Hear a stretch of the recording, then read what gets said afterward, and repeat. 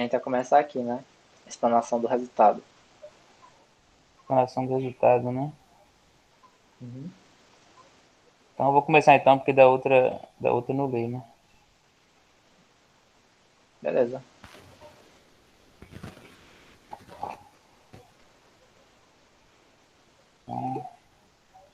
Tópico 7, explanação do resultado. Reconhecermos o cumprimento das previsões como sendo característica verdadeira de uma relação causal, o que somos obrigados a admitir como uma importante ressalva que logo mencionaremos. Com isso admitimos, espera, estranho aqui. O que somos obrigados a admitir como uma importante ressalva que logo mencionaremos. Com isso, mesmo admitimos que as definições até agora tentadas não satisfazem. Com efeito, se somos realmente capazes de predizer corretamente novas observações, é totalmente indiferente à estrutura das fórmulas, ou seja, se apresentam simples ou complexas, se o espaço e o tempo aparecem explicitamente ou não. No momento em que alguém puder calcular os novos dados da observação a partir dos antigos, haveremos de reconhecer que tal pessoa enxergou o caráter de lei natural inerente a tais processos ou eventos. Portanto, o fato de se predizer ou profetizar constitui uma característica suficiente da causalidade. É fácil de compreender que a confirmação também constitui uma característica necessária, e que o critério de Maxwell, bem como o critério estético, não são suficientes. Para isso, basta imaginar o caso seguinte. Para um determinado evento ou processo observado, encontramos uma fórmula perfeitamente válida e dotada de extrema simplicidade. Porém, a fórmula falha se tentarmos aplicá-la ao decurso posterior do processo, ou seja, a novas observações. Neste caso, diríamos obviamente que a distribuição dos valores de grandeza, uma vez havida, nos enganou, levando-nos a admitir a dependência entre os eventos naturais. Dependência esta que é absolutamente inexistente. Pelo contrário, foi por um simples acaso que o referido processo ou evento pôde ser descrito por fórmula simples, que não há nenhum que não há no caso nenhuma lei natural.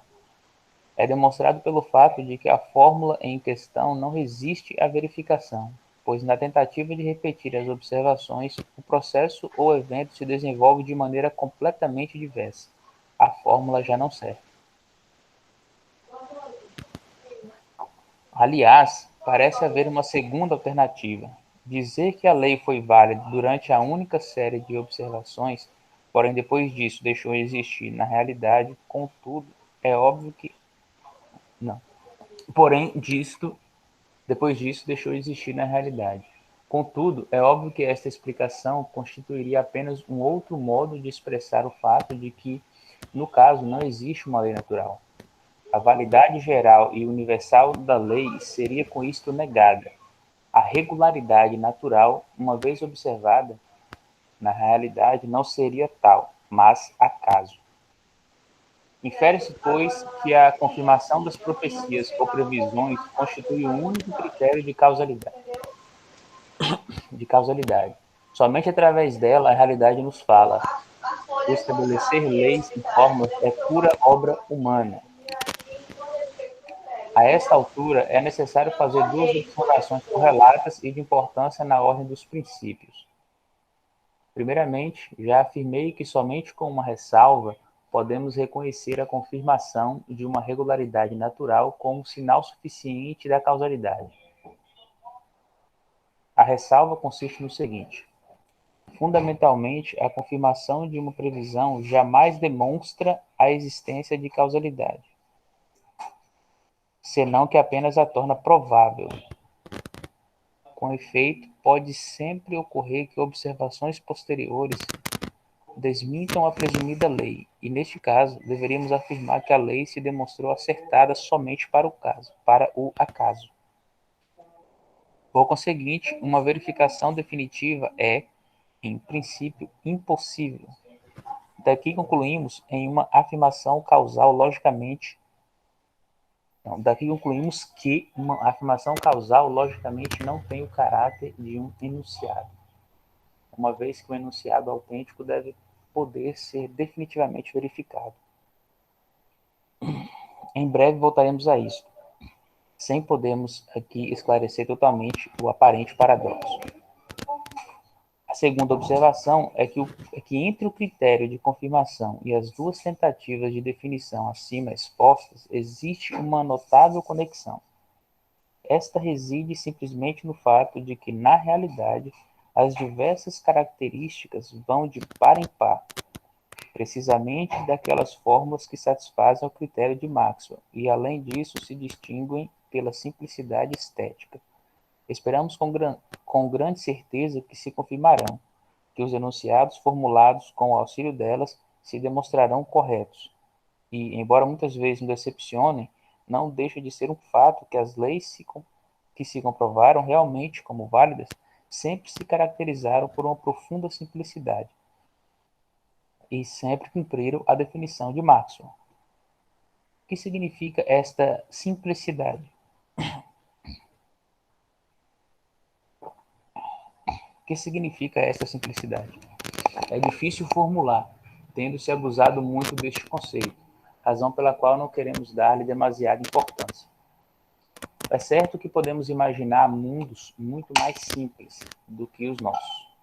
Existe igualmente uma simplicidade que constitui apenas questão de representação ou expressão, ou seja, pertence ao simbolismo pelo qual exprimimos os fatos. A consideração deste tipo de simplicidade nos leva ao problema de convencionalismo, que neste momento não nos interessa. De qualquer forma, impõe-se uma conclusão. Quando uma fórmula atende aos dois critérios que de início enunciamos e verificamos insuficientes, consideramos provável que tal fórmula constitui realmente o cumprimento de uma lei, ou seja, que ela se confirmará. E, em caso de ela se ter confirmado, consideramos provável também que continuará a confirmar-se. Aliás, o termo probabilidade que aqui empregamos exprime algo completamente diverso do conceito que é tratado no cálculo de probabilidade e que ocorre na física estatística. Quer olhar as notas lá? Bora, sim. Então tem a Deixa eu 8 e a colocar. 9. A 8. Subentendendo-se que se confirmará sem introduzir novas hipóteses. E a 9 é ver quanto a este tema é Weismann, Logic, aí é só falando, principalmente aquela palavra ali depois. Ok, Análise aqui no final. é, Ah, isso aqui é o conceito de probabilidade. O conceito é esse Begriffs e Wahrscheinlichkeit é probabilidade. Wahr é de verdade. É engraçado que o termo alemão de probabilidade tem verdade do termo. Esse lixo aqui é dado, então probabilidade, né? Também temos. A gente pode sempre traduzir isso como dado. E Wahrscheinlich é provável. Schein é parecer. Desculpa, Schein é parecer. Então, Wahrscheinlich quer dizer parece verdade. E aí, Lichkeit seria probabilidade nesse sentido. é interessante como o alemão se constrói, né, as palavras. Eu gosto. Uhum. A gente faz isso também, só que o jeito que a gente constrói as palavras é por meio da sua origem latina. Então, é por isso mesmo, porque a nossa língua ela é muito derivada e parece que está longe das coisas, de alguma forma. De Porque nem fato. sempre a gente consegue criar essa relação como acontece no alemão. Sim. Por exemplo, probabilidade, ele tem como origem etimológica o termo prova mesmo. Só que esse prova, ele se transformou para uma transformação fonética em proba. Tem uma lei fonética que permite a gente permite não, né? Que descreve as transformações do fonema de V para B. Então, Inclusive tem um nome disso aí, né? É um fenômeno, na verdade, que ocorre, por exemplo, no espanhol, mas que ocorre também em algumas regiões de Portugal, por exemplo. sim, Agora eu esqueci o nome, agora tem um nome para isso, que o V vira B, o som de B. é, o nome que me vem à cabeça é Lady Green, mas eu acho que não é a Lady Green, não. Eu acho que é outra. Porque você está falando de uma lei específica. O Grimm, ele descreve essas transformações fonéticas e hoje a gente conhece como Lady Grimm, algumas dessas transformações. Mas não sei se é o caso do B pro V.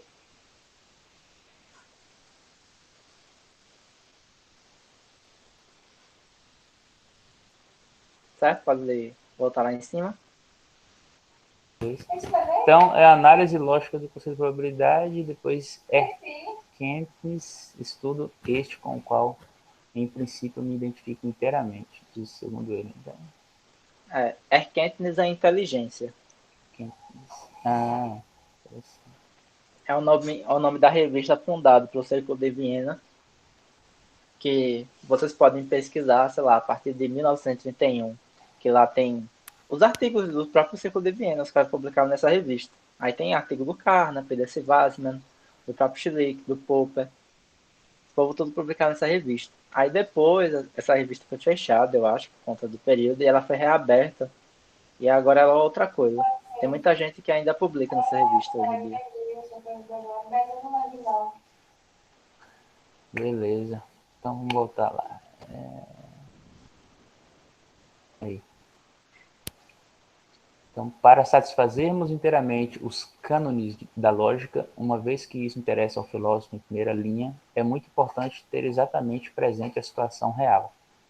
Ah, sim, eu gostaria de notar uma coisa. Perceba que o Schlick, ele não é atingido pela crítica do Popper. Você deu para perceber?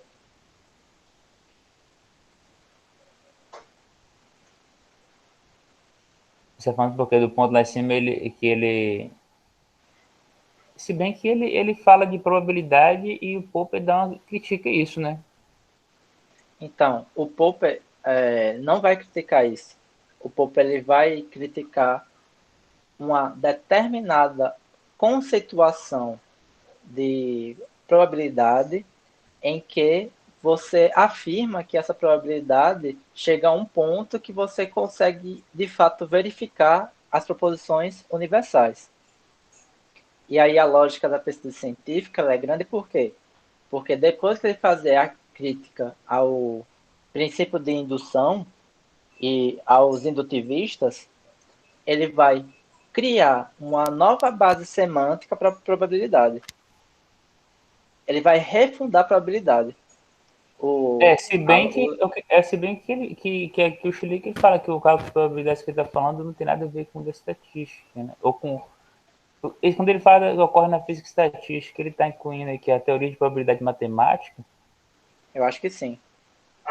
Eu acho que sim. Não, eu tô dizendo que não é atingido porque ele afirmou antes que essa causalidade ela nunca de fato é confirmada. Uhum. Verificada, desculpa. Não, essa parte foi bacana dele. Ele E ainda coloca. assim, nesse ponto que você falou, ele ainda até distingue falando que quando ele fala de provável, ele não está falando de provável no mesmo sentido da física estatística. Então, um provável que até mesmo nesse uso desse termo não coincide com a probabilidade matemática que você colocou, né? Eu acho que ele fala um sentido provável mesmo de tipo de, de chance de acontecer novamente, não de se confirmar novamente. Seria mais probabilidade no sentido de chance, provavelmente assim, mais próximo de que ocorra isso dessa maneira. Isso é uma indução psicológica, né? Há uma expectativa de que aconteça novamente. Porque um caso Então, particular aconteceu, então a probabilidade nesse sentido. perfeito, Expedito. Existem dois tipos de interpretação, saindo um pouco do texto. Existem dois tipos de interpretação acerca da probabilidade. A interpretação subjetivista, subjetivista e a interpretação objetivista. A primeira é o que você falou. E ela é condizente, por exemplo, com as interpretações do Hume, de estatística. A maioria dos ingleses tendem a interpretar a estatística dessa maneira. Exatamente nos termos que você colocou. Propensão psicológica. E aí tem os objetivistas que falam que não. A probabilidade ela é, de fato, uma propriedade real e metafísica do mundo. Quando você faz cálculos probabilísticos, você está falando de algo real, algo realmente que é procedente no comportamento e funcionamento do mundo. Que está relacionado com a regularidade da natureza, né? Exato. Por exemplo, só um comentário que eu acho que cabe aqui, que é muito importante. Aquela curva do Covid-19, logo quando começou o Covid, que os matemáticos apresentaram aquela curva gaussiana, né? Faz tipo uma subida, depois uma descida, né? Esse pico que a gente está vivendo aqui agora, isso foi tudo calculado probabilisticamente. Então, por exemplo, o presidente da República vinha falar que não esperava, por exemplo, que ia acontecer isso, ele desconhecer totalmente o que significa uma curva matemática e principalmente uma gaussiana. Essa gaussiana é uma função bem comportada que revela uma causalidade. Então, já era previsto toda essa situação do coronavírus que a gente está passando agora, pela própria probabilidade que a gaussiana representa. Isso aí você está apontando para o quê? Que isso é um elemento para uma crença da interpretação objetivista da probabilidade? O que eu estou dizendo é, seja lá como for, se probabilidade for no termo psicológico ou se for no termo que representa uma manifestação do universo, isso estava previsto. É só isso que eu queria dizer. Eu não estou dizendo que essa curva matemática ela era uma previsão psicológica ou ela era uma manifestação do universo. Não estou dizendo que era uma coisa ou outra. Né? Eu estou dizendo que, sendo uma coisa ou outra, isso estava previsto, tá ligado? Porque essa Sim. curva gaussiana, ela nos termos que a gente está estudando aqui, ela é uma curva bem comportada. A função matemática a qual é representada por ela é também bem comportada e há uma relação de causal, né, entre o número de infectados e o número de mortos ao longo do tempo. Tranquilo. Não estava colocando problema não, estava tentando entender se estava definindo alguma coisa. Eu só estava tentando... Correu da posicionamento filosófico aí agora.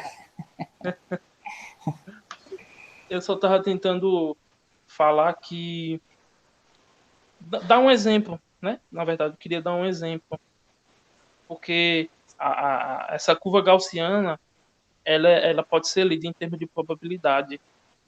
Então, a probabilidade era de que acontecesse exatamente o que está acontecendo agora aqui no Brasil. Sim, entendo. Enfim, era só isso. Agora, foi uma boa que você colocou esse projeto mesmo, essa do Covid. E, na verdade, foi trabalhado vários modelos, né? Então, se as pessoas aglomerarem e tal, então foi calculado vários modelos e a probabilidade de ocorrer exatamente o que está ocorrendo, ou ocorreria outra coisa em um cenário diferente, né? Perfeito. E é por isso que eu estou muito preocupado com o analfabetismo matemático. Isso é um analfabetismo matemático. E pior ainda, por parte de um governante. Né?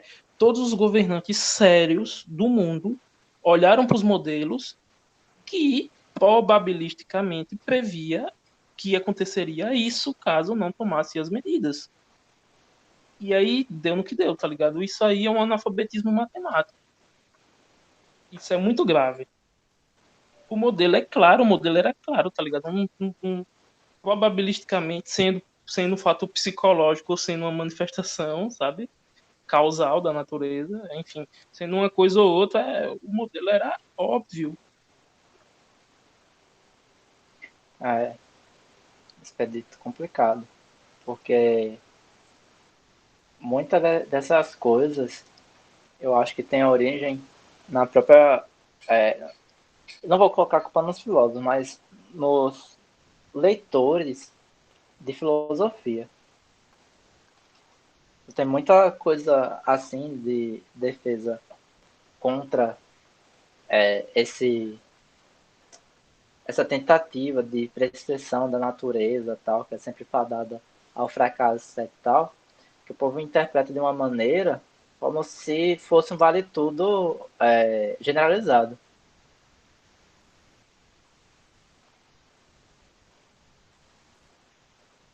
É assim, o texto que eu peguei do Bunge lá, ele tem uma parte toda que ele fala sobre incerteza, sobre chance, sobre probabilidade. Obviamente que ele defende uma visão bem objetivista mesmo, né? Mas o foda é isso, tipo, eu acho, e esse acho é quase uma certeza na verdade, que o grande ganho que nós tivemos desde a ciência moderna para cá foi a desvinculação de uma objetividade de um realismo. Isso foi a coisa que a gente conseguiu desvencilhar, que é muito importante. Então a gente consegue ser objetivos mesmo não sendo realistas.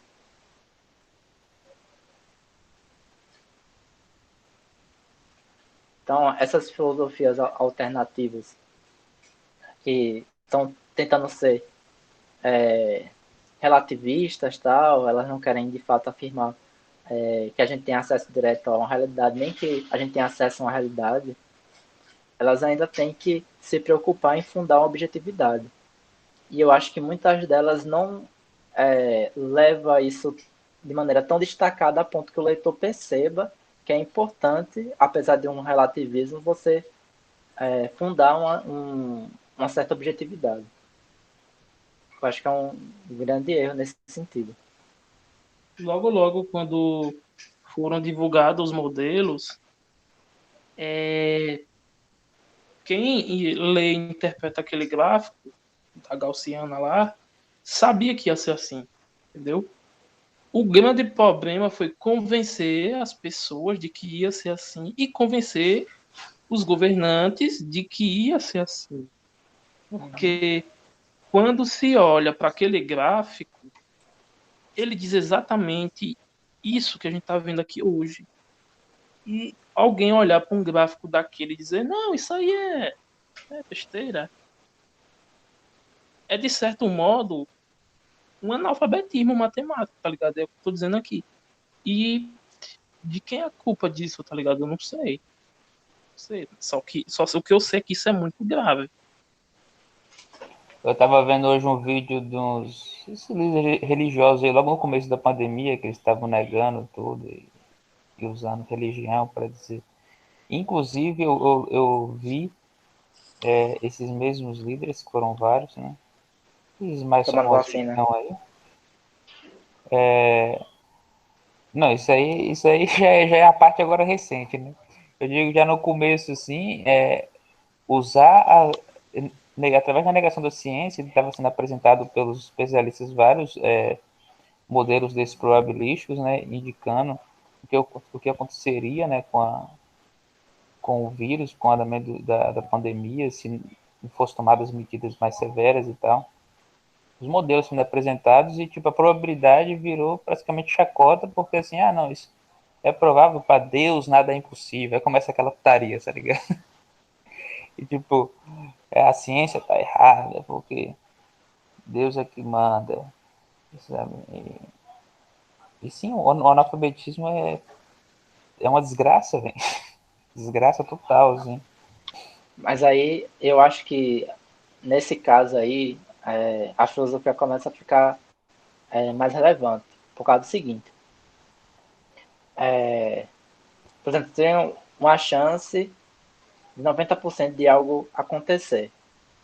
Se você for da interpretação objetivista, você diz que, vamos dizer, sistematicamente, se você proceder uma quantidade suficiente de casos, essa distribuição vai ser de 9 a cada 10 casos. Essa é a interpretação objetivista.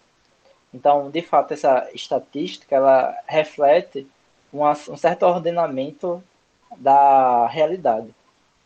Enquanto uma interpretação psicologista vai dizer que, na verdade, a gente vai ser obrigado a acreditar que aquilo é provável, porque dentro dos casos que a gente testou,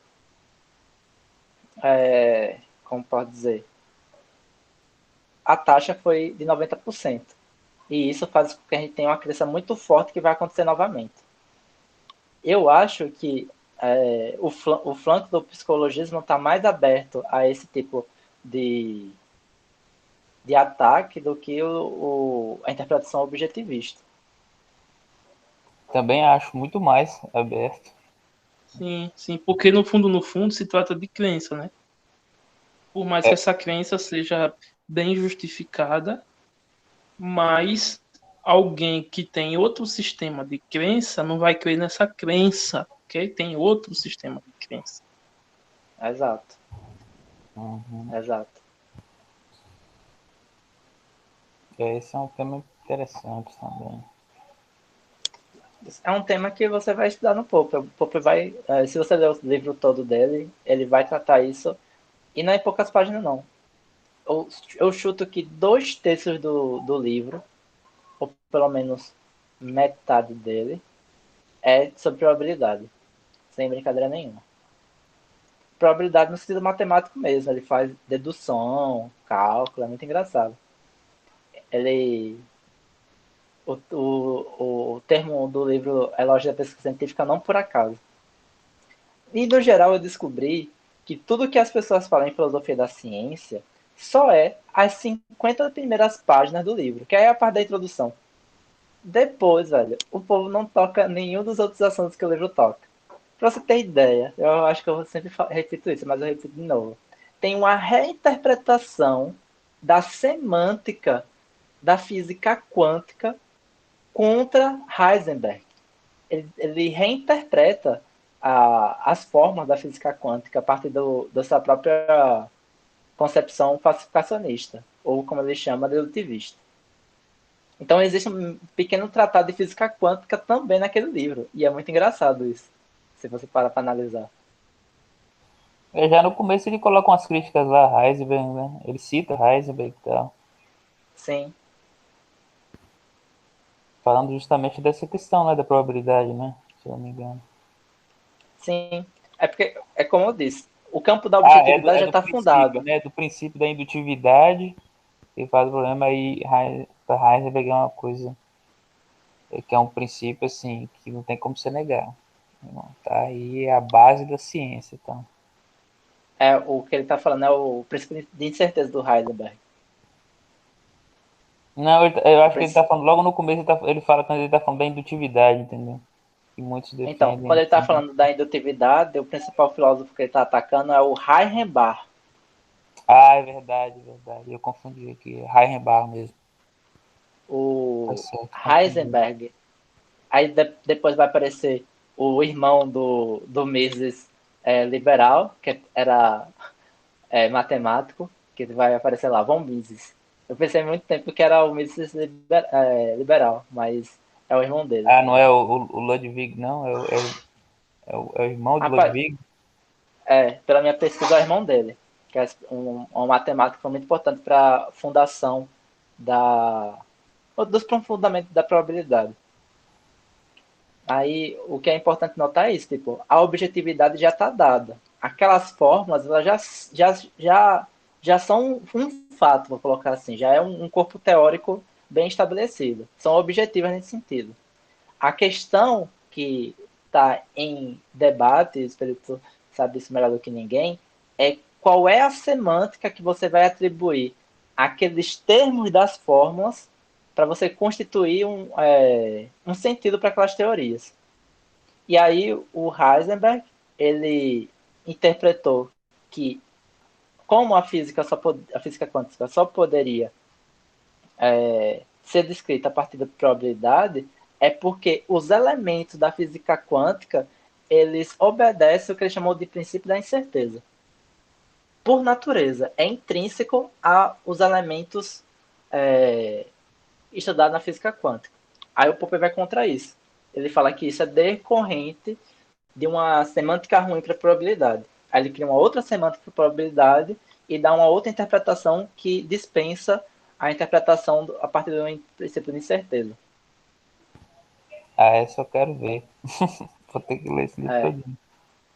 E o foda não é nada. O foda é que eu pensei assim, caralho, velho, que extraordinário que ele faz. Aí eu fui pesquisar se tem alguém que defende algo com base nisso. E eu não achei nada, velho. É uma coisa totalmente desprezada. Não vejo ninguém escrevendo em cima da interpretação popperiana da física quântica. Quer dizer, eu não achei, né? Se vocês acharem, eu gostaria de ver. E foi uma defesa que ele não arredou o pé, não. Ele fez uma revisão depois da obra, cerca de 30 anos depois, e ele ainda reafirma aquelas teses. Apesar de todo o desenvolvimento da física que aconteceu, sei lá, nesses 30 anos. Eu depois, se você quiser, eu posso mostrar para você outras formulações, outras interpretações da física quântica. Tem outras interpretações também. Outras interpretações que é totalmente diferente da dele, né? E que é totalmente diferente da de Heisenberg. Há outras interpretações que são muito Nossa. pouco vistas. Na verdade, eu tenho um livro que não mostra elas, mas comenta, faz comentários sobre elas. Então eu posso pegar esses comentários e mostrar. Talvez a gente possa procurar algumas dessas interpretações aí, porque tá uma corrida, entre aspas, para ver qual a melhor interpretação. A física quântica, só para deixar claro, isso é uma teoria sólida, viu? É uma teoria sólida. O bicho pega na interpretação. Em termos de teoria, ela é sólida. Agora, como interpretar essa teoria, aí é que o bicho pega. Não, isso, Expedito, é comum, não precisa fazer esse disclaimer não pra gente, né? Por exemplo, tem várias coisas que a gente usa que é conhecida há milhares de anos, só que a gente mudou completamente a significação. Tipo, a fórmula de Pitágoras, no momento lá da Grécia Antiga, tinha uma significação completamente distinta da que a gente usa atualmente. A própria geometria analítica, quando surgiu, ela tem uma outra significação da significação atual. A gente usa geometria analítica definida em termos de conjunto. O termo que a geometria analítica foi fundada não tinha nem noção de conjunto, tal como conhecemos hoje.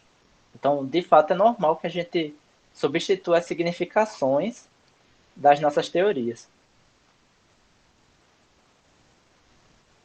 E por isso que eu falei que um dos pontos que eu acho fundamental de sempre ter em mente é a desvinculação da objetividade do realismo. Porque essas coisas ainda continuam objetivas, apesar de elas trocarem a significação constantemente. E isso é uma coisa muito bizarra, na verdade. Isso não é esperado, pelo menos não por mim. É muito louco, muito louco mesmo. Mostra também a importância para o conhecimento humano da semântica, né? Sim, porque a semântica é o que possibilita a gente ter compreensão das teorias. Sem semântica, o que a gente tem é um bocado de aceitação de coisas que simplesmente acontecem. É a semântica justamente que dá sentido para esses enunciados e faz a gente compreendê-los. Tipo, a gente poderia, que é o jeito que eu gosto de estudar, na verdade, a gente poderia estudar lógica sem semântica nenhuma. Basta a teoria da prova.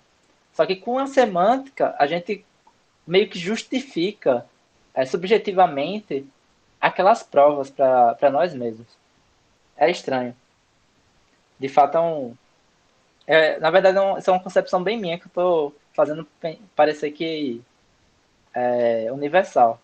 Mas, por exemplo, essa preocupação da objetividade é uma preocupação que está entre todos os alemães, desde Kant, por exemplo. Kant funda o reino da objetividade, vou colocar assim, ou pelo menos ele enuncia. E aí, o desafio dos alemães pós-Kant é sempre fundar a objetividade e depois partir sobre as questões de realismo ou não, porque a objetividade não mais depende de uma realidade do conhecimento.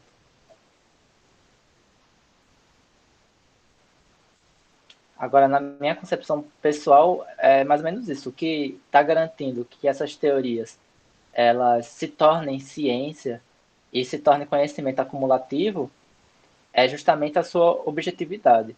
A semântica é algo subjetivo e temporal na história humana. É a ferramenta que a gente utiliza para poder aprender, compreender e até desenvolver tais objetividades, mas as objetividades são desvinculadas da semântica. É o que é permanente da história, na minha compreensão.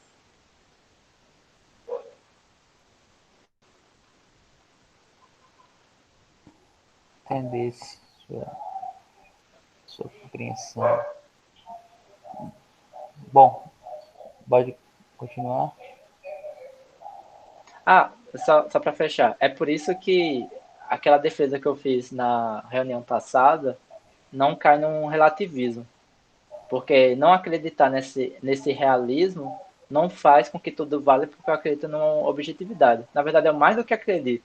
Eu acho que a objetividade é algo que tem que ser estabelecido, mesmo convencionalmente, para a gente ter ciência. Então, a razão de ser da ciência não é porque ela fala de fato algo que a realidade nos fornece positivamente. É porque a gente estabelece algum tipo de convenção que cria uma objetividade, apesar de a gente montar o objeto.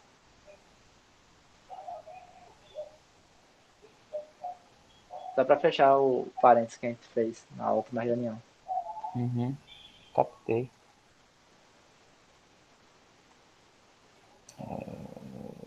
Parou aqui na situação real, né? Sim. Então, constatamos que. Ai,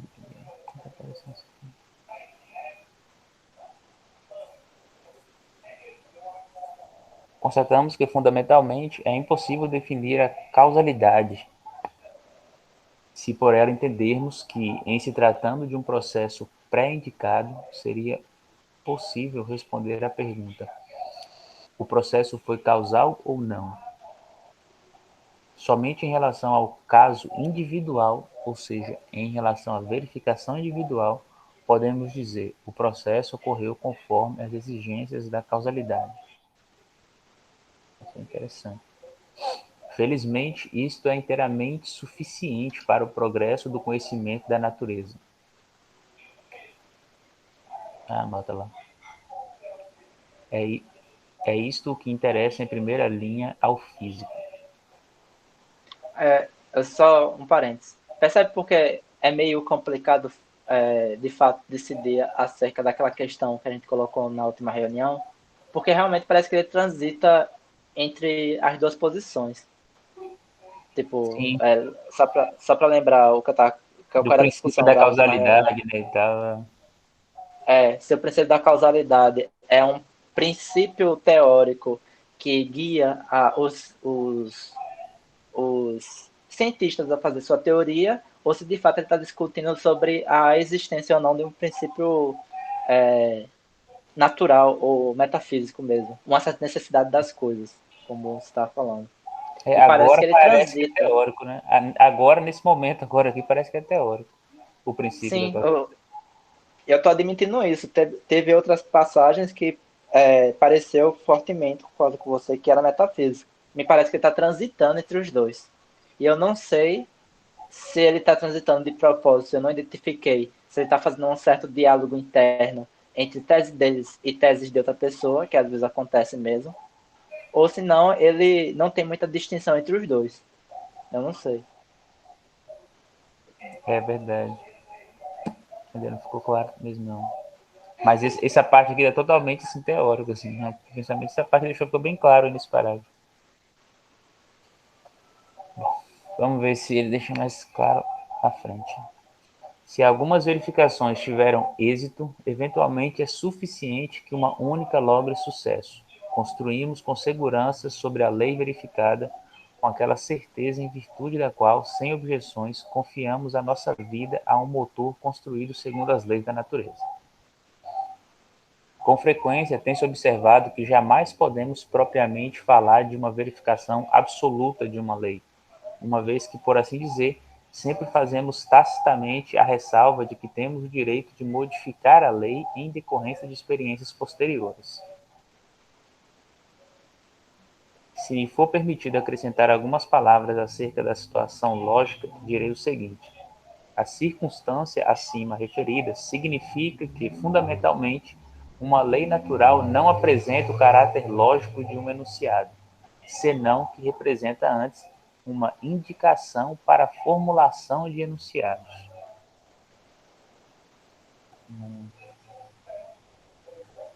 Devo esta ideia este termo a Ludwig Wittgenstein.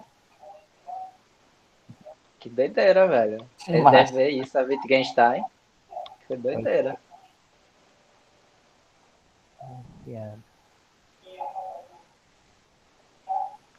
Tipo, o que ele está dizendo? Ele está dizendo que esse tipo de enunciado não, esse tipo de fórmula, vou colocar assim, que expressa uma lei natural, ela não pode ser um enunciado. Porque não é absoluto. Não. Eu acho que o que ele está entendendo por enunciado é justamente aquilo em que você pode constatar se é verdade ou se é falso. Então, tipo uma proposição. Proposição, né? Eu entendi como proposição. Exato. Então, ele não seria, de fato, um enunciado, porque você não pode fazer essa verificação, como ele disse anteriormente. Mas o que ele seria?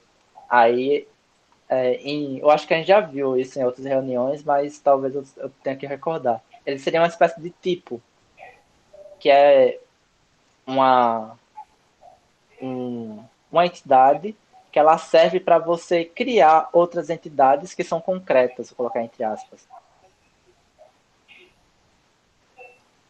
Não sei se você já viu essa nomenclatura de tipo. Mas tipo, você tá falando tipo uma categoria? Ou no sentido de modelo? No sentido de modelo. Existe um conceito muito decorrente da filosofia de Peirce que chama a distinção tipo e token. O tipo é como se fosse um molde em que todos os tokens são formados a partir dele, entendeu? Ah, sim. Esse negócio do token eu li recentemente um texto do Peirce, tá mesmo lá, token. Até fiquei procurando depois se querer isso exatamente. Então, a distinção entre a distinção de type e token. O type seria essa entidade que ela é inexistente concretamente, mas que ela molda todos os existentes. Seria mais ou menos o resultado de uma abstração em cima de um conjunto de existentes. Por exemplo... Seria tipo, por exemplo, árvore é um tipo, aí tem vários modelos de árvore, seriam os tokens. Exato. Ou se não, você pode falar o seguinte, você pega um exemplar de um livro, você vê uma frase lá.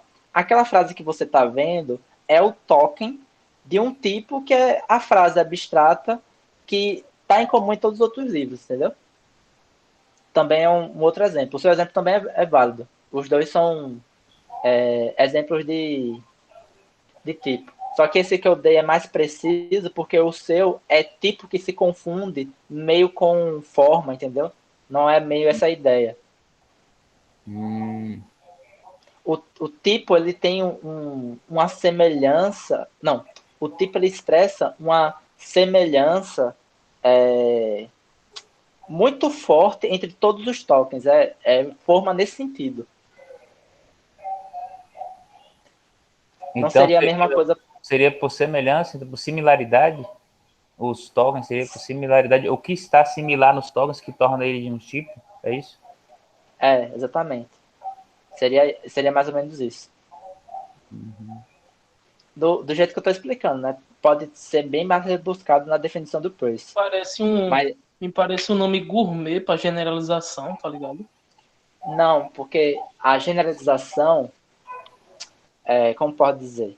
Você pega um caso particular e você extrai desse caso particular um determinado conjunto de determinações, e se você não entender a parte de determinações, eu posso mudar para características, em que vou colocar assim, você cria uma universal que você pode manipular essa universal que vai valer para todos os Particulares.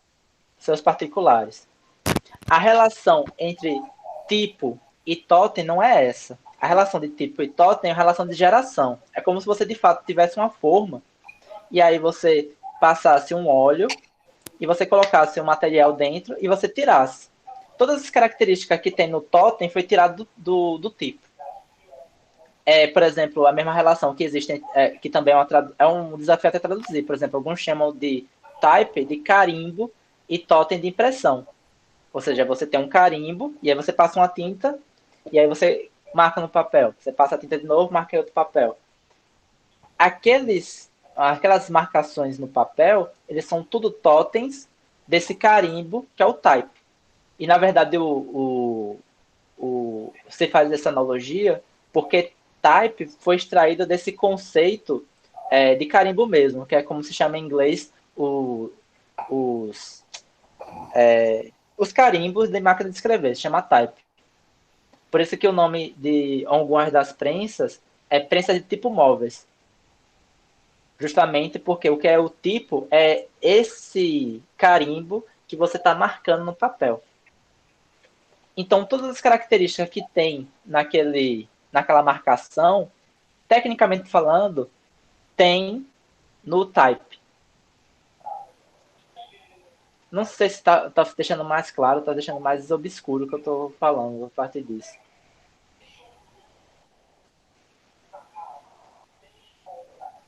Acho que está tranquilo, deu para entender a diferença. E deu para entender a diferença de uma generalização para um tipo? Tranquilo. Sim. Porque aqui na generalização o que acontece é o oposto. Você pega particulares e a partir dos particulares você extrai, a partir de escolhas de certas características, um enunciado universal. A relação de tipagem é ao contrário. Você pega algo abstrato e você extrai os particulares a partir dele.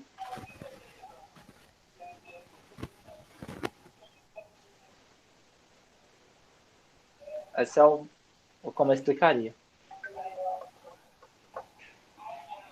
Belezura. Que é basicamente, eu peguei esse conceito porque é basicamente isso que ele está dizendo, que representa antes uma indicação para a formulação de enunciados. Então você vai pegar aquela lei e aquela lei vai te informar como você vai fazer os enunciados particulares.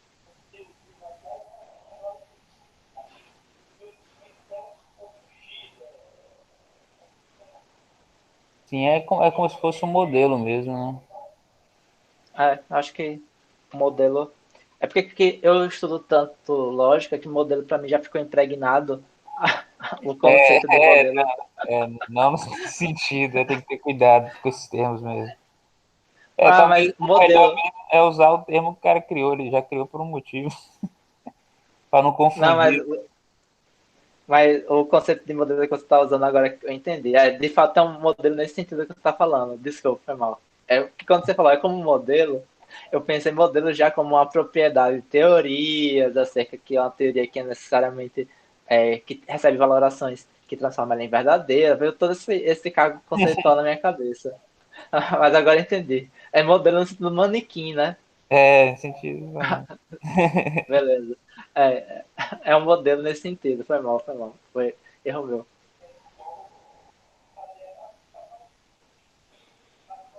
Então, indicação para formulação de enunciados.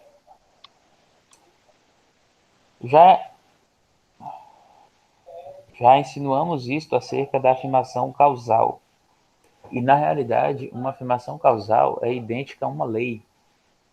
Com efeito, a afirmação, por exemplo, de que o princípio da energia vale afirma a respeito da natureza nem mais nem menos do que aquilo que o próprio princípio da energia afirma. Como se sabe, somente são verificáveis os enunciados individuais, que são deduzidos de uma lei natural. Ora, estes apresentam sempre uma das seguintes formas. Nestas ou naquelas circunstâncias, este indicador mostrará aquele traço da escala. Ou então, nestas ou naquelas circunstâncias, aparece neste ponto da chapa fotográfica um enegrecimento, etc. Os enunciados verificáveis são deste tipo, a este tipo pertence Os enunciados verificáveis são deste tipo. A este tipo pertence toda e qualquer verificação. Em consequência, a verificação, a confirmação de uma previsão, a comprovação da experiência, constitui o verdadeiro critério da causalidade. E isso no sentido prático, o único em que possa falar da verificação de uma lei. O único em que se possa falar da verificação de uma lei. Neste sentido, sim, a questão da existência da causalidade é verificável. Dificilmente se há de enfatizar demais que a confirmação pela experiência, o fato de uma profecia se confirmar, constitui um elemento último que não seja mais suscetível de análise. Não é de forma alguma possível dizer em proposições quando a profecia ou previsão deve confirmar-se, senão que se deve simplesmente esperar se confirmará ou não. Se confirmará ou não. Enfim. Belezinha. Essa sessão foi muito boa, na verdade. Eu pensar muito, sei com muita coisa. Eu gostei bastante desse tópico também. Tá, então eu vou ler a próxima, beleza? Aqui. Eu lembrei, certo? Eu lembrei de uma coisa engraçada de um episódio de The Big Bang Theory que Sheldon liga, parece pra uma cartomante, aí ela pergunta quem é, aí ele desliga porque é fraude. Muito bom. Eu também assisti esses dias essa série, mano. É muito grande, mano. Eu falei, eu vou Ela assistir. deveria saber quem é. Não me passou confiança, né? Ele fala que. Exato. Doideira, viu? 8. Causalidade e teoria dos quanta.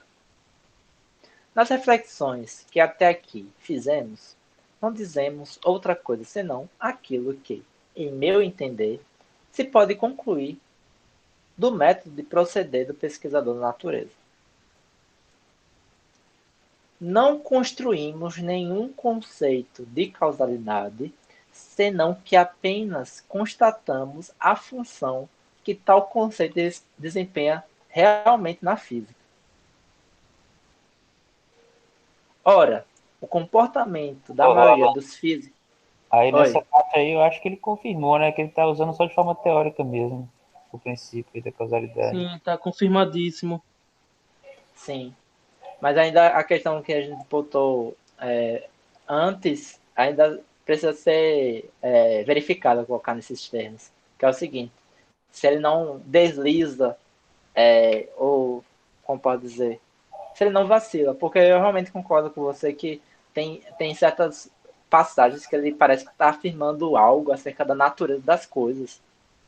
Então, eu não sei se a gente acabou não percebendo que no caminho do texto até aqui ele apresentou aquela ideia e foi modificando e chegou nisso aqui, que a gente perdeu alguma coisa ali no meio do caminho.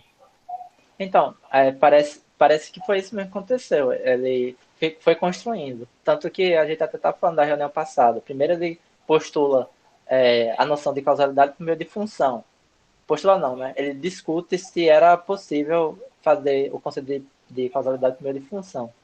Aí a gente, na própria leitura, constatou que não, porque a gente pode criar uma função arbitrária para qualquer ligação de pontos. Então, deveria precisar mais. Aí o outro critério foi a previsibilidade. Parece que realmente a construção do texto é essa de tentativa e erro. Uma construção de tentativa e erro. Sim. Diz algo a respeito do caso particular. Como assim diz algo a respeito do caso particular? Então, como ele falou em trechos anteriores, né? Eu posso afirmar acerca do caso testado aqui e agora e ter uma expectativa de que um próximo aconteça dessa forma. E não que isso se dá para todo o caso, Ah, entendi. o caso Entendi. individual, na verdade. Uhum. É. Beleza, então. Vamos dar uma continuada na leitura, beleza? Ora, o comportamento da maioria dos físicos em relação a certos resultados da teoria dos quanta demonstra que este vem à essência da causalidade precisamente lá onde o encontramos nas considerações que fizemos, ou seja, na possibilidade da previsão. Se os físicos afirmam que uma validade precisa do princípio da causalidade é inconciliável com a teoria dos quanta, a razão, digo melhor, o sentido dessa asserção reside simplesmente no fato de que a referida teoria torna impossível previsões exatas. Eis o que necessitamos agora explanar mais profundamente. Desculpa. Certo. Também na física atual é permitido afirmar que todo sistema físico deve ser considerado como um sistema de prótons e elétrons, e que o seu estado é perfeitamente determinado pelo fato de que em cada momento se conhece o lugar e o impulso de todas as partículas. Ora, como se sabe, na teoria dos quanta, deduz-se uma determinada fórmula. É assim chamada relação de inexatidão de Heisenberg, a qual ensina ser impossível indicar com absoluta exatidão para uma partícula ambos os elementos, ou seja, lugar e a velocidade, senão que, com quanto maior precisão se fixar o valor de uma coordenada, tanto maior será a inexatidão com o qual se deve contar. Se, por exemplo, soubermos que a coordenada do lugar está dentro de um pequeno intervalo ΔP, a coordenada da velocidade, Q, só pode ser indicada com um grau de exatidão tal que o seu valor permanece indeterminado até o intervalo ΔQ. E isto de tal forma que o produto ΔP e ΔQ é da ordem de grandeza da constante h de Planck. Em princípio, portanto, seria possível determinar uma das duas coordenadas com toda a precisão, porém, a sua observação absolutamente exata teria como consequência que a respeito da outra coordenada não seríamos capazes de dizer absolutamente nada. Rapaz, o Só jeito que a ele caráter de explicou. informação, só a caráter de informação. Essa constante de Planck, salvo engano, ela é elevada a menos 34, né? Um expoente de menos 34. Olha como isso é pequeno. Isso é tão pequeno que qualquer coisinha que você diga a respeito de uma variação, você não sabe nada sobre a outra.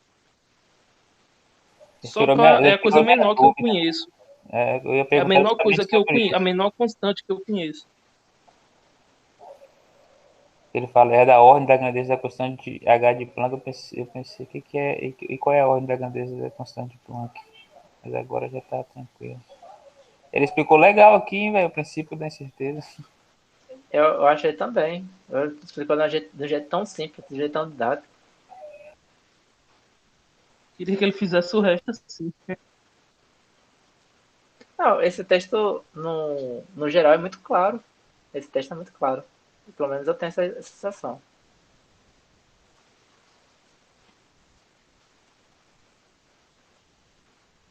Esta relação de incerteza tem sido exposta com tanta frequência, mesmo em forma popular, que não necessitamos descrever a situação com maiores detalhes.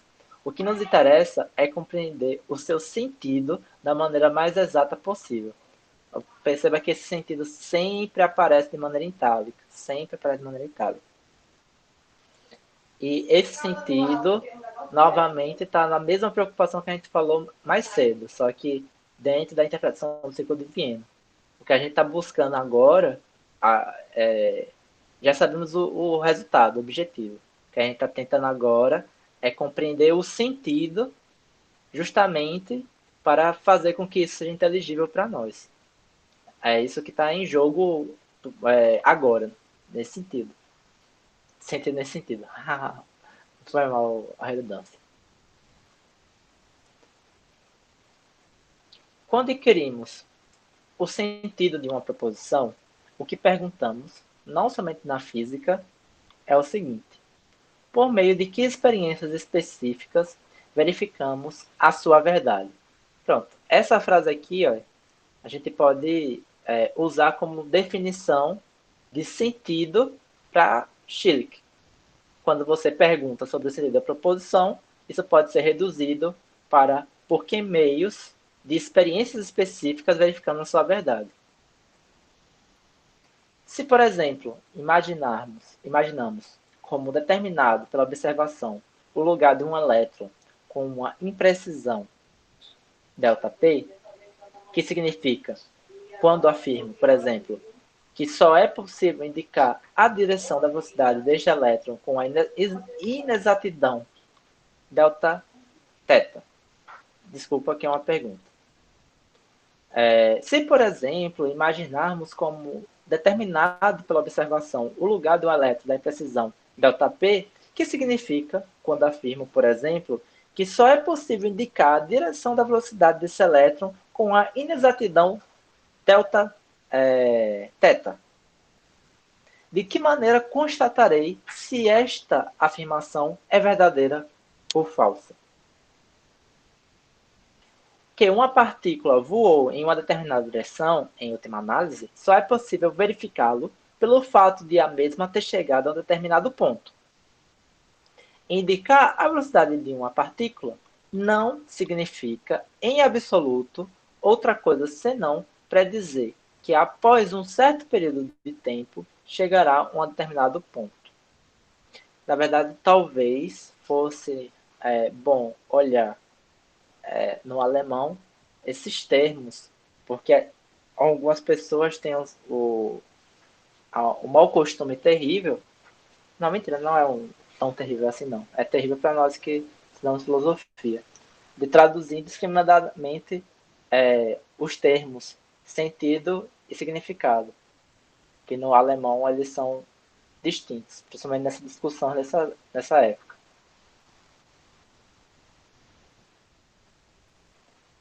Mas eu vou continuar lendo mesmo assim. Deixa eu só...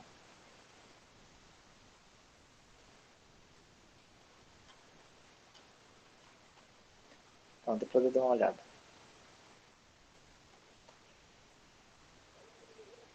O enunciado, a imprecisão da direção de delta θ, significa o seguinte: em uma determinada experiência, encontrarei o elétron dentro do ângulo delta θ, porém não sei exatamente em que ponto preciso.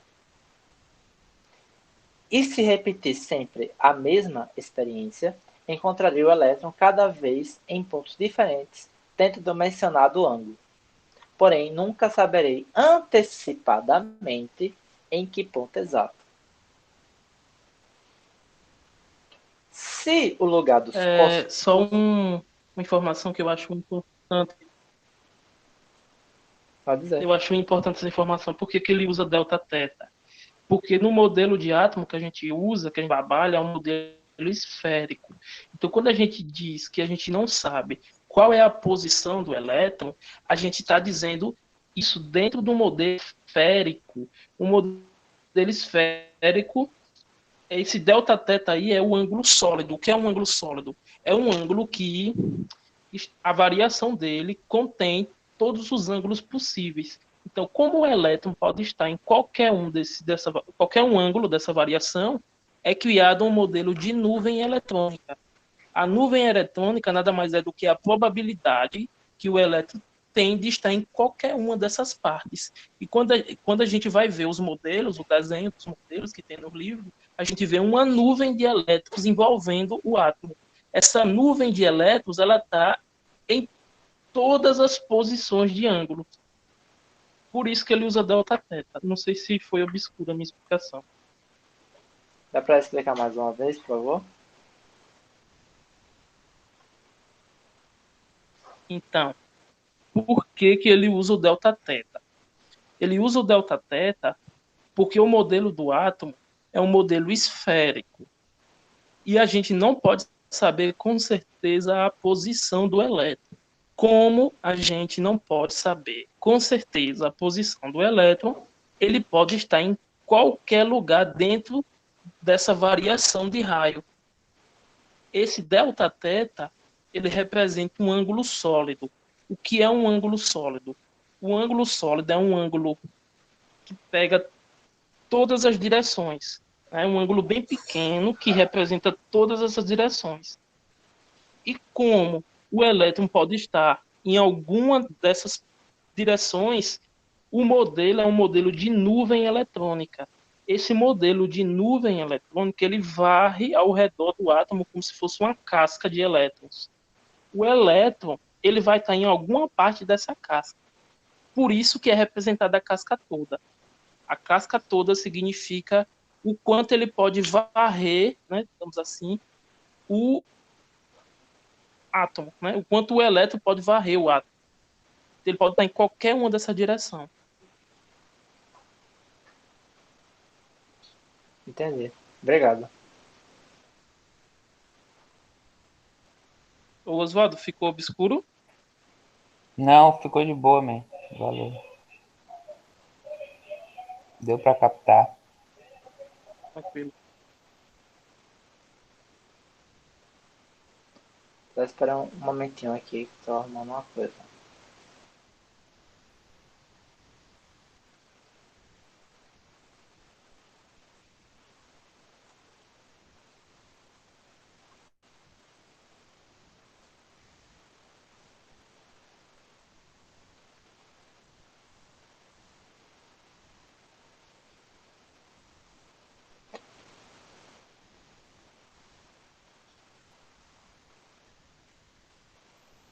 Tá, vamos lá.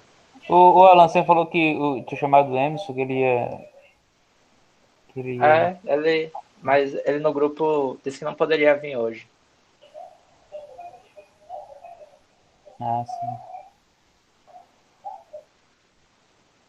Por que a pergunta? Não, porque eu lembrei agora, pô. Aí até lembrei também, quando a gente encerrar aqui, for encerrar aqui, pra gente falar sobre o outro grupo também. Mas a gente deixa depois. Beleza. Tá, vou continuar lendo, beleza? Certinho. Ok. Se o lugar dos corpúsculos fosse observado com exatidão absoluta, teria isto como consequência que, em princípio, não mais saberíamos em que direção se poderia encontrar o elétron depois de um breve período de tempo.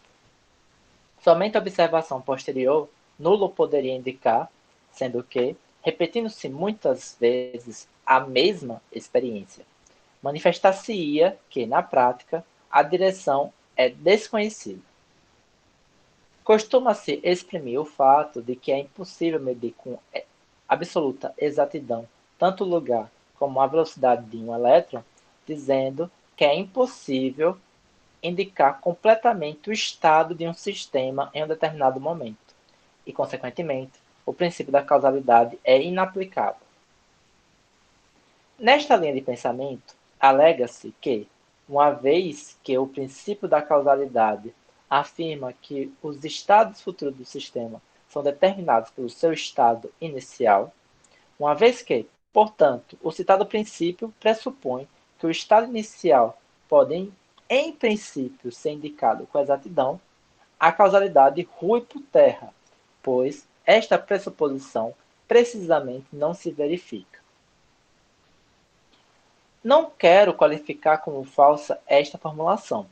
Todavia, ela não me parece acertada.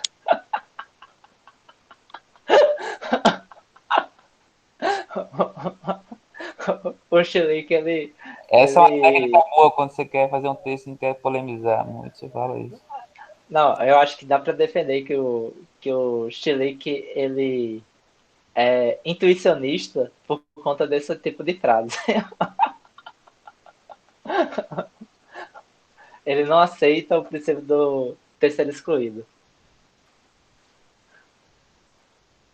Ai, ai. Pois não exprime com clareza o ponto mais essencial. O importante é que se perceba o seguinte: a incerteza ou indeterminação de que se fala na relação de Heisenberg é, na verdade, uma incerteza ou indeterminação da previsão. Aqui ele entra. Caramba, velho, eu tô muito feliz que as besteiras que eu falei antes, elas estão servindo para ler o texto. Isso aqui está no mesmo registro da crítica do Popper ao Heisenberg. O Heisenberg acredita que essa incerteza ou indeterminação ela é constitutiva da natureza do objeto que ele estuda. E o Schlick coloca que, na verdade, essa incerteza e essa indeterminação ela é da previsão. O Popper também, ele vai nessa linha que a Tem incerteza está na outros que previsão e dizem que não é na do coisa. instrumento.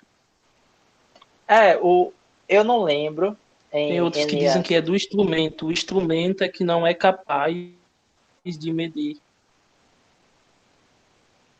Sim. Eu compraria essa do instrumento também. Mas de alguma Eu forma acho. o do instrumento não parece ser parte dessa aqui da previsão também?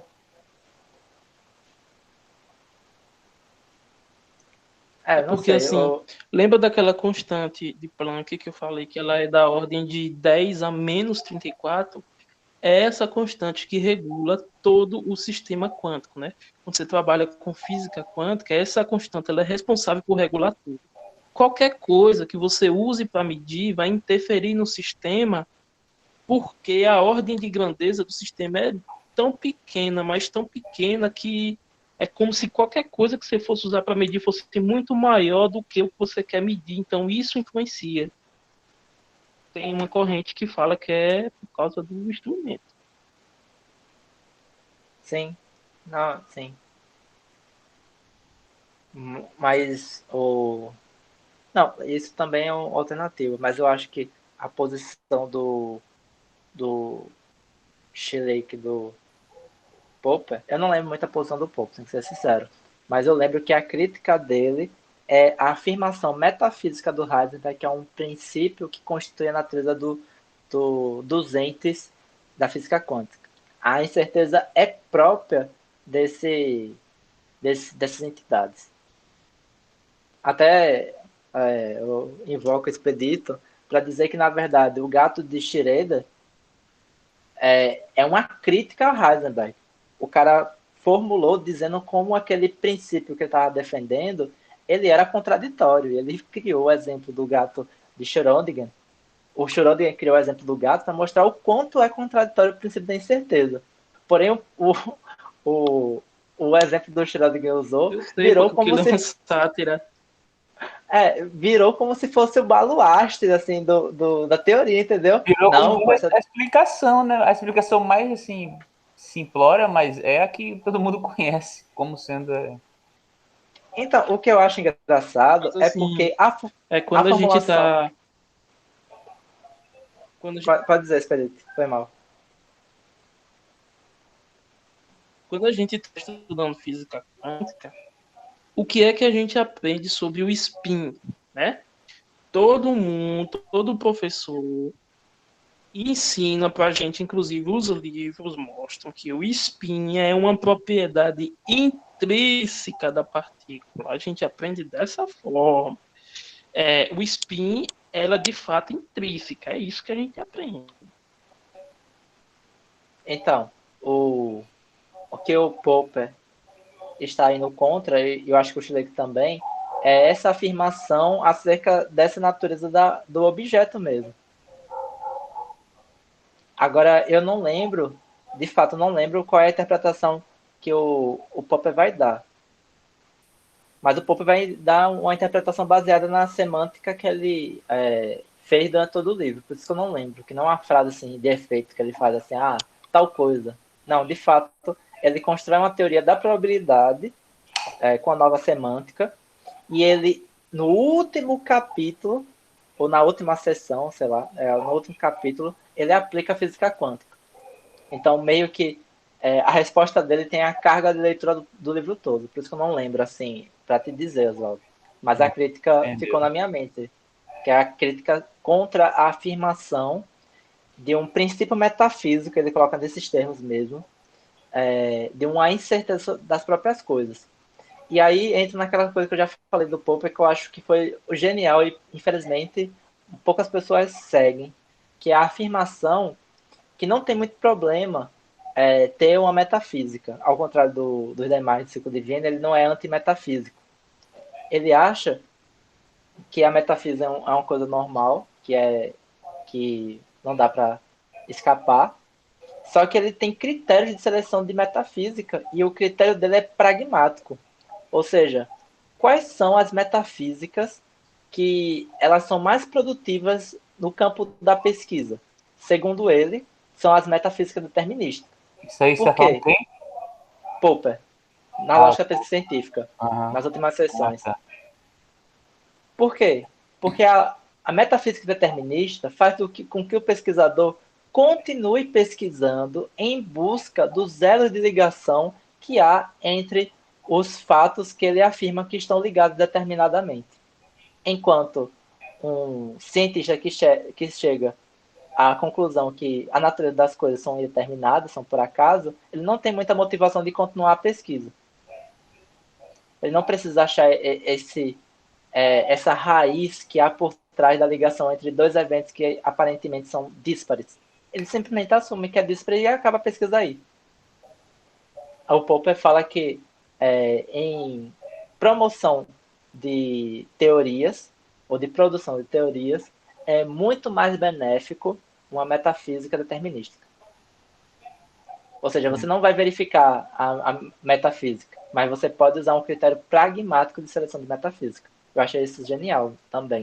Eu me inclino bastante a isso também. Agora, esse negócio falando antimetafísica, eu lembrei no texto do Bunge que ele fala que não existe efetivamente antimetafísica, que na verdade os antimetafísicos só são ignorantes na metafísica e eles usam a metafísica que eles não conhecem. Eu acho que tem como. Porque, assim, quando você fala que é antimetafísico, né, que ele está falando, é que na verdade você já está escolhendo uma metafísica, você só não sabe qual é a metafísica exatamente que você está escolhendo, mas que ela existe. Não tem como, tipo, nessa concepção, você estabelecer qualquer conhecimento sem metafísica, qualquer ciência, algo assim, sem uma metafísica por trás. Então, eu acho que ele está certo se a gente definir metafísica de uma determinada maneira. Mas eu acho que ele está errado sem definir metafísica de outras maneiras. Ele está falando especificamente, quando ele faz metafísica, o Bunge, basicamente ele está falando de ontologia. Então, o problema é esse, porque por exemplo, o Carnap, ou até mesmo o Wittgenstein, eles vão tentar fazer uma filosofia que não parte de uma ontologia. O Wittgenstein ele é mal sucedido nesse ponto, né? Porque primeiro ele afirma que há um mundo, e aí ele já comprou toda a carga metafísica. A carga metafísica do Wittgenstein está na primeira frase, que é o mundo é tudo aquilo que é o caso. Essa é a carga toda metafísica do Tractatus, essa afirmação. ocidental do mundo e que a linguagem figura o mundo. Porém, em Carnap, que eu acho que é o mais bem sucedido dessa turma, o que você vê é uma redução completa dos problemas que são metafísicos para problemas que são de ordem da linguagem.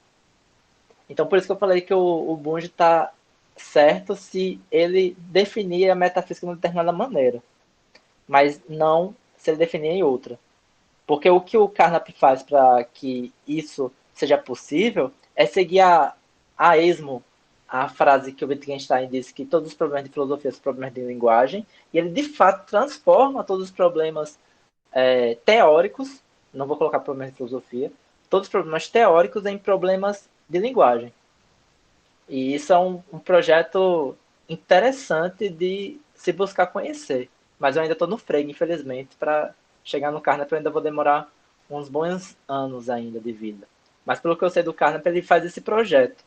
Então é um projeto que realmente, como você viu no artigo, aquilo de fato ele está fazendo o quê? Ele está tentando eliminar a metafísica a partir de um estudo da estrutura profunda lógica da linguagem. É isso que ele faz naquele artigo que você leu, por exemplo. E ele vai fazer isso radicalmente com várias questões. Sim, então, mas eu acho que o Bunge, o sentido de metafísica que ele está definindo não chega, não tem nada a ver com aquela metafísica de Heidegger ou algo assim. É bem mesmo assim de ontologia mesmo, no sentido assim, realismo, entendeu? Esse tipo de coisa, idealismo e tal. Então, aí o que eu estou dizendo é que o Carnap não Mas entra eu nessa peguei, categoria. eu peguei a dica do cara. Inclusive, o Popper começa criticando, né, esse projeto aí, né? Sim, exatamente. E dizem que muitos dos erros que o Carnap cometeu foi justamente pela versão dele à metafísica. Se ele tivesse aceitado um pouco de metafísica em suas teorias, ele não teria feito alguns tipos de desenvolvimentos que causaram mais problemas para ele do que desenvolvimentos na teoria dele. Mas, de fato, o Carnap cai algumas vezes em metafísica mesmo. Mas o trabalho intelectual do Carnap é sempre revisar esses pressupostos e tentar extirpar a metafísica que há por trás. É um esforço contínuo. E O cara tinha pavor à metafísica. tinha, velho. É porque o termo é foda, porque as palavras Mas ganham eu tô ligado, significação entre. ali naquele texto do Cofre, isso fica bem claro também, assim. Pronto, é isso. O texto do Fica Koff é bom para explicado, mostrar isso. eles ficam explicado também, assim, por que eles queriam tanta distância, né, da metafísica. O termo é empirismo lógico, não é por acaso. Eles são radicalmente empiristas porque eles querem dar vou colocar um termo talvez inadequado, um significado de sentido que seja decorrente diretamente das coisas que é acessível por meio dos nossos sentidos. Por isso que ele define sentido por meio de experimentação. Porque eles querem que, de fato, todos os enunciados que a gente tem contato na ciência, elas sejam redutíveis à nossa experiência perceptual. É esse projeto que subjaz, por exemplo, no empirismo lógico. Por isso que o nome é empirismo. E por isso que no empirismo lógico há uma combinação muito esquisita do Hume do tratado com o Wittgenstein do Tractatus. Porque o Hume do tratado é utilizado para as questões de fato e o Wittgenstein é utilizado para as questões de linguagem. Então, eles leem muito esses dois autores do Círculo de Viena. São os dois principais autores que influenciam toda essa perspectiva. Por quê? Para fugir dessas questões extremamente envolventes, como, por exemplo, se Deus existe ou não, que é uma questão que os analíticos agora, você viu o Adilson está, de fato, pesquisando isso profundamente, como se de fato fosse uma coisa que, dada uma prova positiva ou uma prova negativa, fosse mudar todo o estado de coisas. E mais, né, se a prova positiva ou negativa, de fato, queresse dizer alguma coisa acerca de uma realidade dada.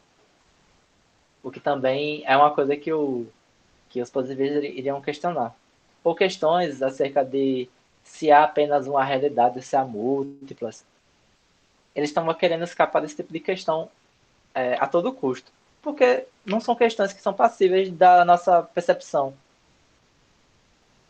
É fruto de, como diria Kant, um desbalanço da razão.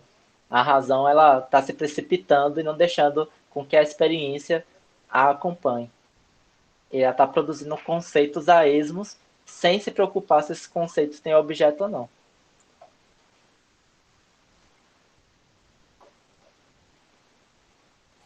Agora, isso quer dizer que eu acho que eles estão certos?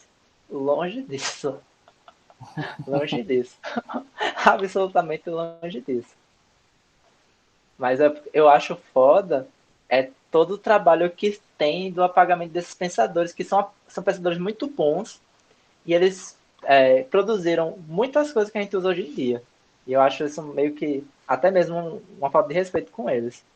O Bunge, ele sempre cita esses caras, ele citou o Carnap, ele cita o Carnap, ele fala Não, do Carnap que quer fazer uma construção lógica do mundo, mas, tipo, o Carnap, a teoria do Carnap, ela não corresponde com a ciência real, entendeu? não, eu não estou falando do Bunge, não. O Bunge faz críticas construtivas. Eles é uma crítica realmente de um cara que leu esse movimento. Tava falando mais de Mas gente que na academia rola muito isso, você falou, hein? na academia. Não, o Bunge é um crítico sério do positivismo. Ele é um.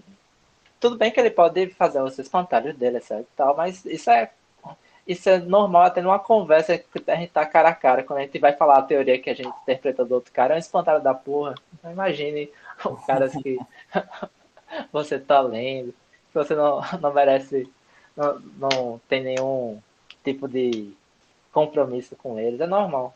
Na verdade, espantalho é a coisa que mais existe no mundo. Na verdade, eu quero ler, na verdade, o Carnap também, esse texto do Carnap. Eu gostei bastante daquele texto lá. Eu fiquei bem interessado em saltar as partes naquele livro lá e direto a parte do Carnap. Pra ver qual é a do Carnap. Mas, Aí, eu gosto de. Eu gosto da treta, pra falar a verdade. Por exemplo, ao mesmo tempo que eu tô lendo com vocês aqui o, o Schilling, eu também leio o Husserl e leio o Heidegger. Então, meio que eu gosto de realmente me perspectivar e assumir essas diversas perspectivas acerca do mesmo, da mesma discussão. Eu gosto muito de acompanhar controvérsia. Controvérsia é um tipo de objeto histórico-intelectual que me interessa bastante. Isso não quer dizer que eu sou imparcial, mas para mim é muito interessante saber, ou colocar assim, o lugar de fala de cada um. Saber, por exemplo, a partir de que questões o Heidegger está propondo aquele tipo de metafísica. E a partir de que tipo de questões o Carnap não pode aceitar a metafísica do Heidegger. E eu acredito que, de fato, o Carnap tem boas razões para não aceitar. Sem mais. Eu realmente acho que ele tem boas razões para não aceitar. Eu acho que as razões que ele tem para não aceitar deveriam ser levadas mais a sério. Mas isso não quer dizer que tudo que o Heidegger produziu também era desprezível e por isso deve jogar no lixo tudo que ele produziu. Aí a gente fica assim, né? Na verdade, até o que a gente tem que fazer mesmo é avaliar por nós mesmos, não acreditar em manuais ou professores. Pegar esses textos, ler nós mesmos e nós mesmos avaliar se isso serve pra gente ou não, em que medida serve, né? O que é o que o Kant chamaria de autonomia, de uma certa maneira.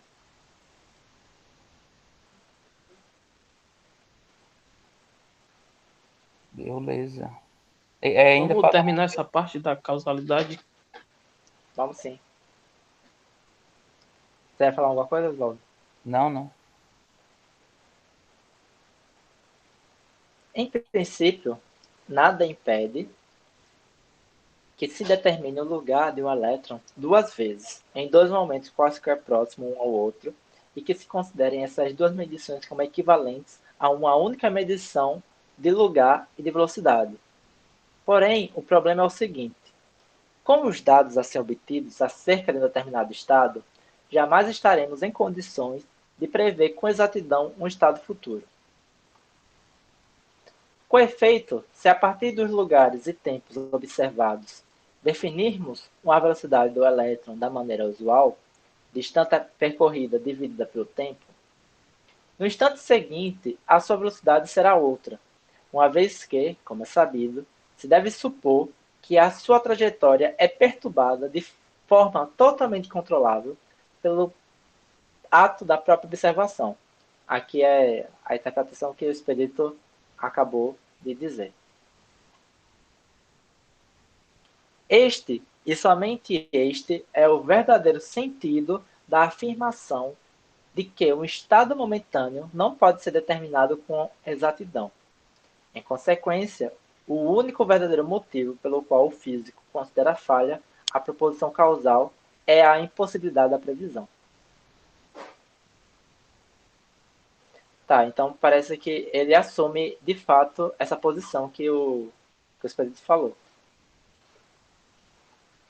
Não paira a dúvida, por conseguinte, que a física dos quanta vê o critério da causalidade precisamente lá onde também nos descobrimos, e que a única razão que leva esta física a considerar falho o princípio da causalidade é o fato de se ter tornado impossível fazer previsões absolutamente exatas.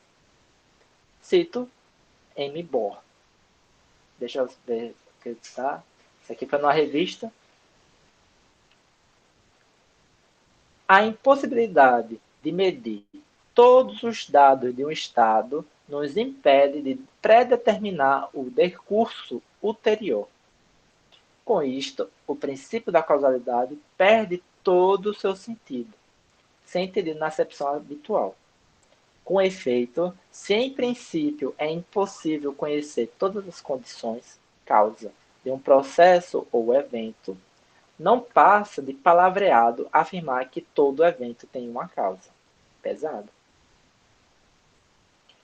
Não se nega, portanto, a causalidade como tal, a existência de leis. Continua a existir previsões válidas, devendo-se apenas notar que não consiste na indicação exata de valores de grandeza, senão que apresentam esta forma. A grandeza x encontrar-se-á no intervalo A até A mais ΔA. Tá? Aqui tem a grande vantagem dele ter definido a causalidade em termos de existência de leis. É que ele não precisa se preocupar acerca dessa formulação, que as causas, toda causa tem um efeito. Basta que você tenha alguma lei que faça algum tipo de previsão válida.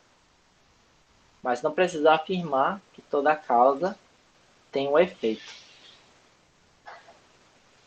A contribuição nova trazida pela física mais recente para o problema da causalidade não reside em se negar absolutamente a validade do enunciado causal, nem no fato de que a descrição da microestrutura da natureza se faria mediante regularidades estatísticas ao invés de regularidades causais. Nem mesmo no fato de que o haver compreendido que as leis naturais apresentam uma validade apenas provável equivaleria a abolir a crença na validade absoluta das mesmas. Todas essas ideias têm sido propaladas, em parte, já desde muito tempo. A novidade trazida pela física moderna consiste na descoberta, até então nunca suspeitada, de que as próprias leis da natureza colocam, em princípio, um limite para a exatidão das previsões.